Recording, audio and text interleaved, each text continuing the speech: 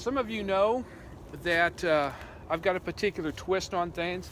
The past is everything that's occurred down to now. So everything that's happened along this pathway,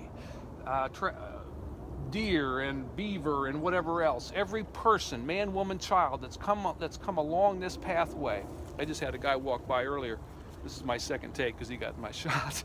But everything that's happened down to now along this pathway is the past. Okay, down to the second that you're watching this. History is the whole. History is the thing that we choose to remember, the thing that we choose to kind of hold up for better or for worse, to recall over and over and over again, whether it's in stories or writing or statues, some sort of visual, or even a movie or whatever the case might be. History is the whole. The past is everything that's happened along this path. I often refer to it as history is the partial reconstruction of a total past.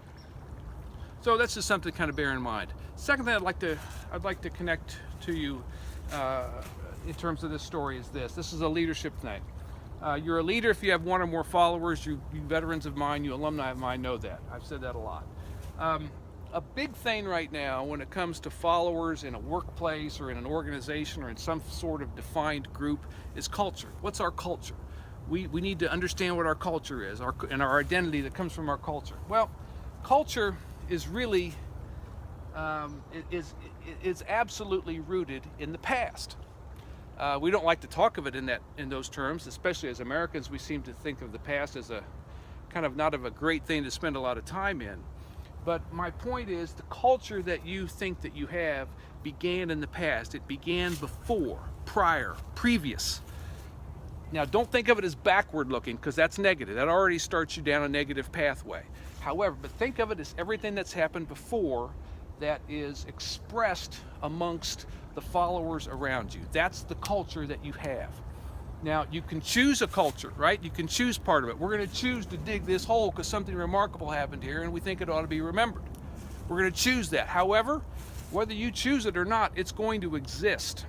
Okay? Your followers are going to be remembering things whether you've chosen them to remember that thing or not. So it seems to me it's the better part of wisdom to recall two things for your leadership and the idea of culture, the culture of your followers. Number one, choose what it's going to be. Make sure you pay attention to and pay tribute and honor the important things that have happened amongst you and your followers. Dig the hole. The second thing, though, is to remember that in addition to the hole, there is another larger set of memories and of impressions and perceptions that your followers also have. That's everything else besides the history that you've chosen to remember and to honor. That's also part of your culture.